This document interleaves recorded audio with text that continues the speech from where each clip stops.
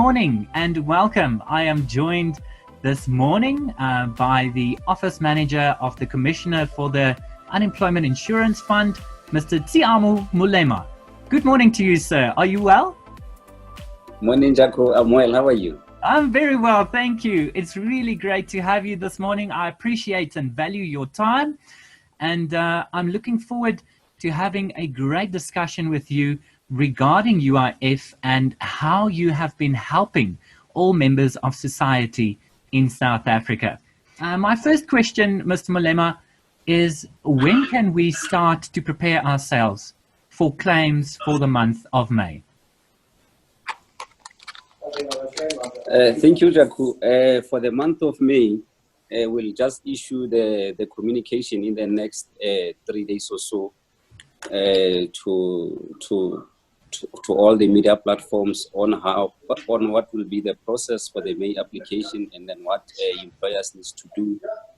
Those will be outlined in the next 2 or 3 days later on, because now we are still just tweaking our system there and there, just to make it more smoother as compared to the April month. Okay, that is very good. And here's my big query, Mr. Molema, with regards to declarations. And I believe this is the biggest challenge at this point in time, is we do the application for the TERS benefit, and then not all the employees are declared. So how are we supposed to declare employees if not through U-filing?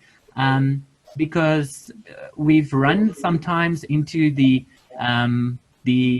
instance where the U-filing account is either not accessible or usable. So how do we go about to declare employees? Okay, thanks, Jaco. Firstly, let me start with those employers who were paying their UIF through SARS, right? So what happened is our system with South African Revenue Services, they are not integrated.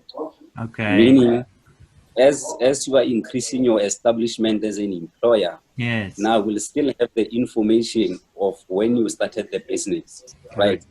So now when you pay SARS, because according to our UIF section 56, it says you need to submit the declarations to us. That's correct. So majority of people were declaring their employees through the U-filing system, yes, but they were not submitting.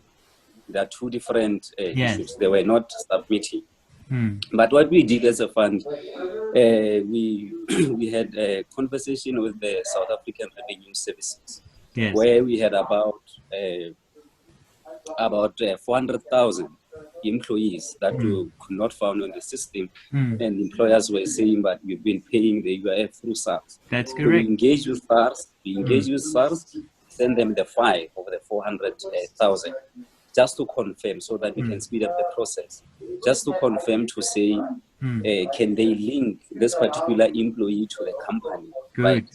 And then send the file, and then it was successful. About 87% of those employees will be matched by SARS, which we started paying just over the weekend. Yes. So now it means those that had issues that were paying through SARS and then were matched, they will automatically receive the payment. So now the issue will be those that could not be found by SARS, and then those that could not be found by us. That's why we need to do some more investigation. And then other cases, it's where maybe the company name has changed over the years, and then that's where now the problem was. And then sometimes the people who were doing the declaration on behalf of the employee, the employer, they have resigned, and then they use the login of that individual who resigned from the company. So now when the company try to declare through the U-filing, that's where now they try to log in, they get blocked. It's a big challenge, Yes, because their username or the person who registered initially on the U-filing that has left the company. That's correct. Yes, that's where the struggle was. So now, how do we go about to solve that? Yes, no, we are busy now. As soon as they are declaring each and every day, every 3 days, we are running the file. So as soon as we are confirming that the employees now have declared, every 3 days we are just running the file, and then we pay automatically because they're already there on the system. Hanging. So as soon as we are confirming, then we are able to issue the payment. And with regards to declaring employees, many employers make use of automated payroll software, and I will touch on it a bit later in our discussion as well. But many employers were not aware that they had to send a live payroll file to declarations@labour.gov.za. As paramount with regards to the Unemployment Insurance Fund and the Act stating that we have to declare employees on a monthly basis, is there an information booklet available from the Unemployment Insurance Fund to employers to inform them about this practice of monthly declarations? Where can I refer my employers to get that information? Okay, if you take out the Unemployment Insurance Fund Act, right, on the annexures, you will see all the forms, the UI 2.8, all the forms are there. Correct. That you require. If you are an employer registering on behalf of the employee, then it's there. If you are an employee registering the domestic worker, all the forms are there. That is required. So in terms of Section 50. Yes. And speaking of, sorry for interrupting, and speaking of domestic employers, I've been trying to register domestic employers via U-filing. As I am an independent labor practitioner and I'm registered on the U-filing, I have a lovely profile. I sometimes try to support domestic employers, and if it's okay with you, that I just quickly share my screen. This is the information I get, or the notification I get the moment I try to register a domestic employer. I get an exception occurred, meaning that this is an error. Do you know what this error means and how we can resolve it? So this error appears when you try to do what? Yes, when I try to register a domestic employer on U-filing. So on the very final step of declaring the employee and their information and their salary, then I say submit, and then I get this exception occurred, this error. Have you seen this before, Mr. Molema? This one is the first time I'm seeing this error. Yes. Well, how can I go about to resolve this? Because I've been sending emails to the U-filing support online, but how can I make contact with the U-filing support, to ensure that I get a solution? I think from the U-filing support, you just need to, as long as you've declared, and then everything is fine, or you are struggling of any other matter on the thing, you can send us the email, because there are updated email addresses where now people can send. Because previously we found out that the email addresses we published before, now everyone was sending everything to the email address, so it makes difficult for a team now to say from the email that they received which ones are related to U-filing, which one. Remember, now they need to open each and every attachment just to make sure. Then they'll direct it to the relevant person. So sometimes you receive about 10,000 emails sitting there, and then you see that about 50% of them are not even related to. And then even when the people send, you'll see like the various email addresses they've sent. They're sent to many different people for the same issue.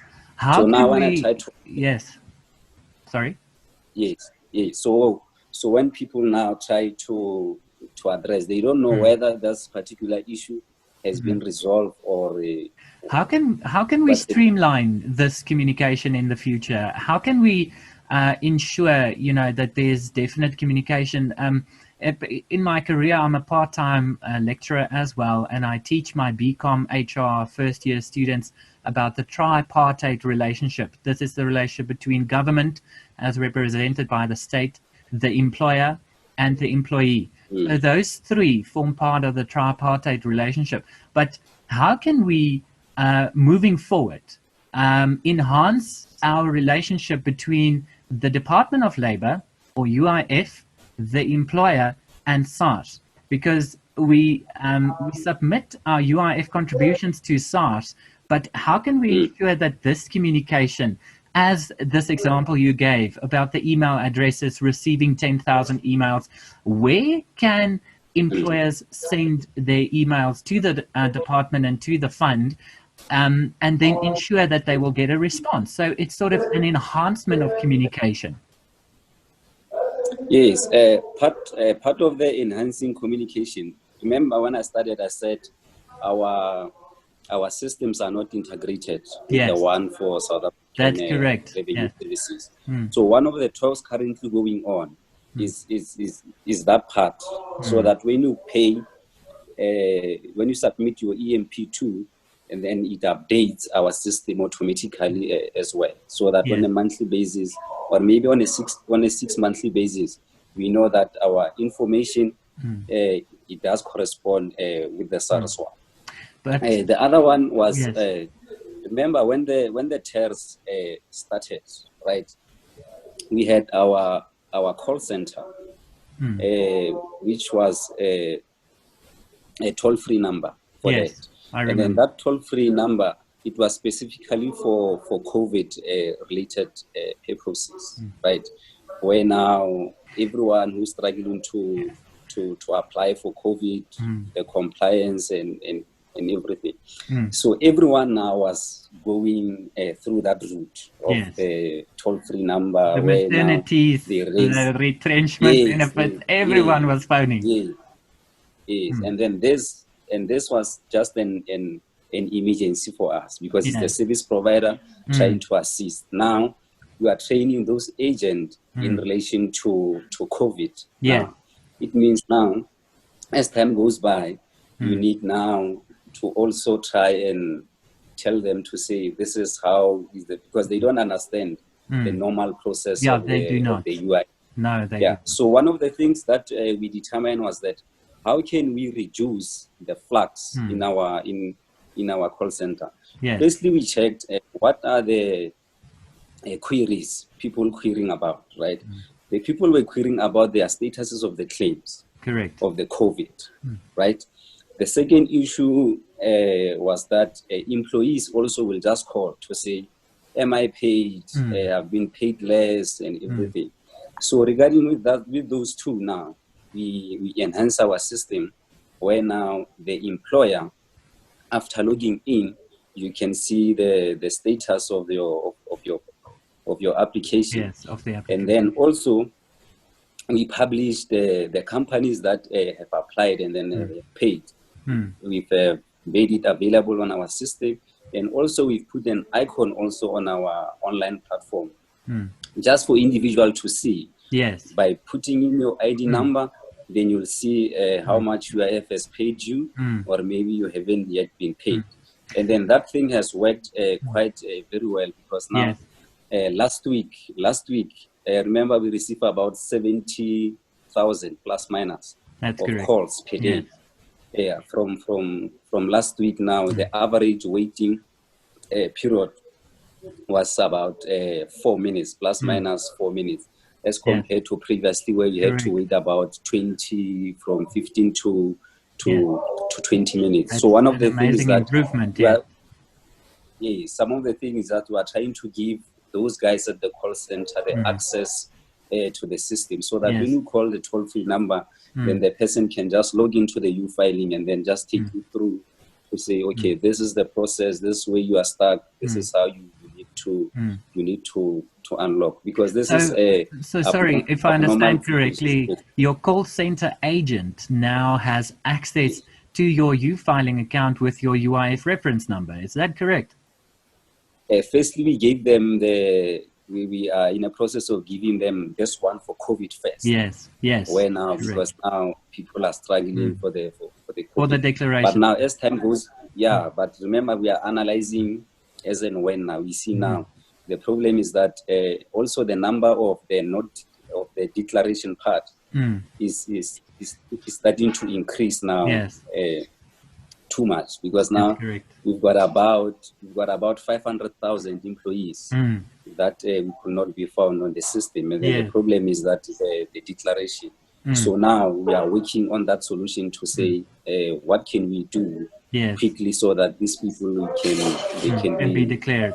So, yes, remember, even the capacity for us, it was built for your normal so that's this thing was just normal, and then nobody was ready for it. So now, as we are receiving those queries now, we are summing them up and then try to improve so that. No, you have been improving. I've been working on the TERS system, UIF ECC .labour.gov.za on a daily basis, and I must say, ever since you did the update from the 28th of April for establishing capacity and growing capacity so that it can use and work with so much traffic, it's been wonderful, and it's user friendly, and it's really accessible, and I must commend you on the functionality for employees having the ability to now see whether the employer has been paid the benefits. So so no, that is definitely great, and it's a useful tool, obviously, at this point in time. But Mr. Molema, let's quickly talk, if you don't mind, about normal UIF benefits. If it's fine, I'm going to refer to maternity. So I have a client, and she had a baby in July last year. The claim was submitted. She even has a case number. And I mean, since July up until now, she has not received any benefits. How should the public go about to make contact with the UIF, especially for instances like this? Or rather, let's start with the application of maternity benefits, and then if they do not get the benefits paid, but they do have a case number, how do we get that resolved? Yeah, because sometimes that case number, we can follow it up, because sometimes you might find out that the employee, for an example, had some outstanding document from the doctor. So you might find out from the employee side, there were some information that were missing, unless if you got an approval of SMS saying like your claim has been successfully being approved. But because that's not our, and we don't want to hear these stories. If the application was approved in July, and then look now, within so short space of time, we've disbursed about 12 billion rand within a month. Yes. And then, I mean, just to pay the maternity, it cannot be, we cannot allow that to take so much time. So sometimes if the employee had a case number, when he called, when he called our call center, and then he just give us the case number, now we are able to allocate the case number to the person who was assisting that particular client. So we are able to so check it. Even the facilitator of the claim, so the person who works for the UIF. Okay, that is brilliant. Yes. And then you can follow up and you can get a clear indication of the status of the claim. Yes, like for an example, last week we received a query in relation to illness benefit, like for an example. Yes. But unfortunately, when the client was scanning the document, now we could not see what is written, because it was black, it was blurry, so we could not see. Because one of the things they requested was that we need the rescanning of this particular document, so that we are able to make a proper decision to say this is a valid, accurate, and then complete claim. Hence, I'm saying maybe there might be issues from the employee side where some of the information maybe was missing.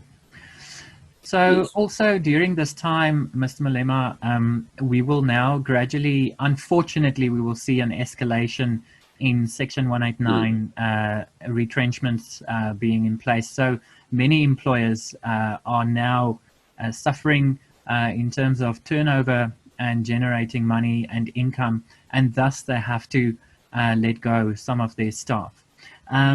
Yes. So with regard to retrenchments and an escalation in Section 189s, how will the fund prepare itself for this influx of claims? Okay, yes, for the influx of claim, remember I'm not sure if you're referring to the availability of the funds or just the processing capacity, because this is obviously not part of the TERS. This is now your regular UIF claims with regards to the employer issuing the UI-19. Yeah. No. Yeah. Yes. No. That's good. Let's say, for example, the employer maybe had about 100 staff, which they are part of the COVID-19 benefit now. Yes. They are receiving the benefit now. So post-lockdown, or the time when we announced to say now we are stopping the application now, because remember the estimation in terms of the actual report, there's a point where now we'll have to stop and then focus now on the normal, because that's our obligation and the liability. Yes. So if the employer now has applied for 100, maybe during the COVID-19 benefit, and then post-COVID is say, I'm letting go the 20 or the 30. Remember now that on the system, you've got all the information required. So the employer will just have to submit to us which ones are letting them go. Then we just extract them and then put them on the on our platform, and then we just process the payment as soon as possible, because every information is there from the employer, the banking account, everything will be there. So it won't be so much of a hassle where now we need to start another new process. We just reconfigure our system based on this one.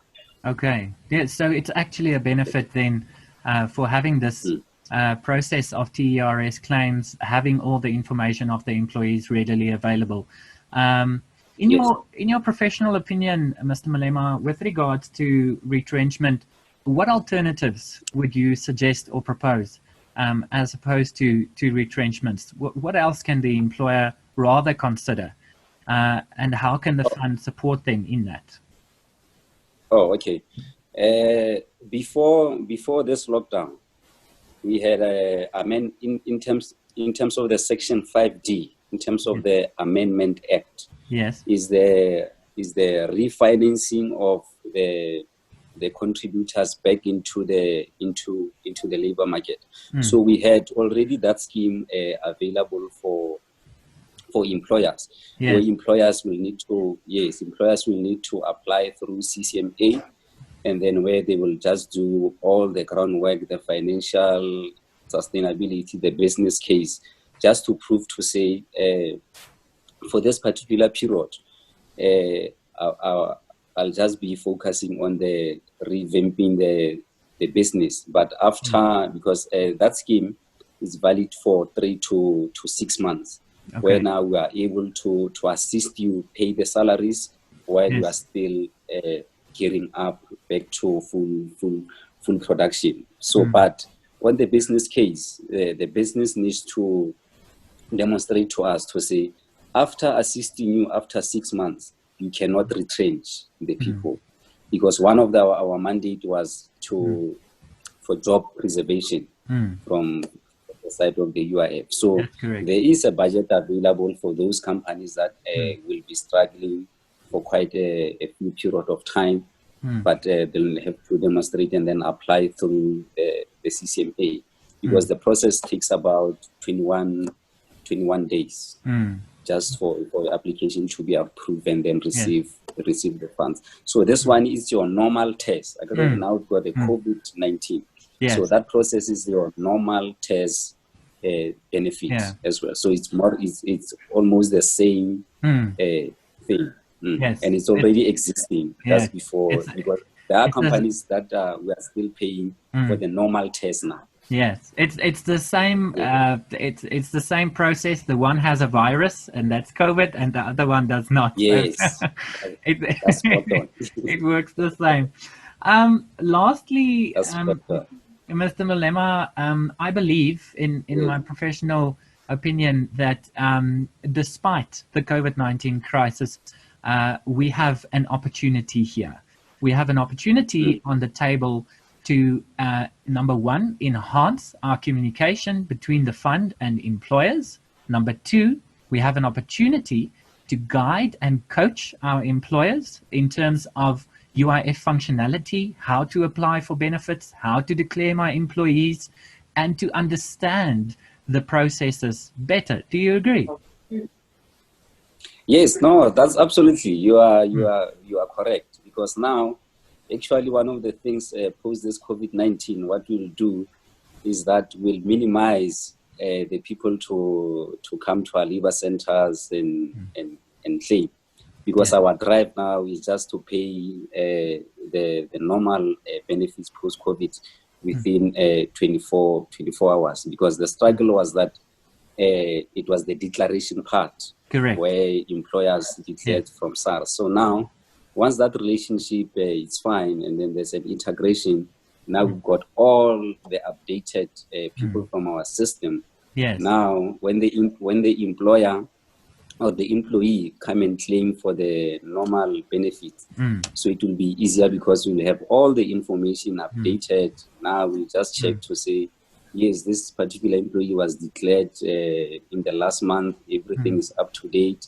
Now we'll just send an email to the employer to confirm that this person is leaving the company. And then once that confirmation comes, then we just process the claim. With regards to communication again between the employer and the fund, there is a dedicated email address per province or per labor center or per metropolitan city. So is there more than one person who is sort of administrating that email address? Like, for instance, here in Bloemfontein, we have a dedicated email address for the Bloemfontein Labour Centre and for the fund in Bloem. But for us to have the peace of mind to know that our emails will be attended to and our queries will be attended to, and that we will get a response from the fund, what guarantee can we have in terms of communication, and especially when it comes to email? Yes, actually we have published the numbers of the regional managers' offices. If you are in Bloemfontein, there's a specific number that you need to call, and also there's an email address for that particular region, because most of the people were saying, I've submitted my claim, so when you call the head office, we cannot even trace that claim unless you call that regional manager to say, here are my details, and then I'm struggling.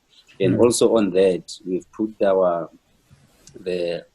drop boxes in all our labor centers, where now people can just go and then drop their applications on, drop any queries regarding to that, because the box is cleared every 3 hours, because there are people who are working in the inside. They just collect the information from the regional, and then there are also numbers, contact details, as well as the email address for that in that region.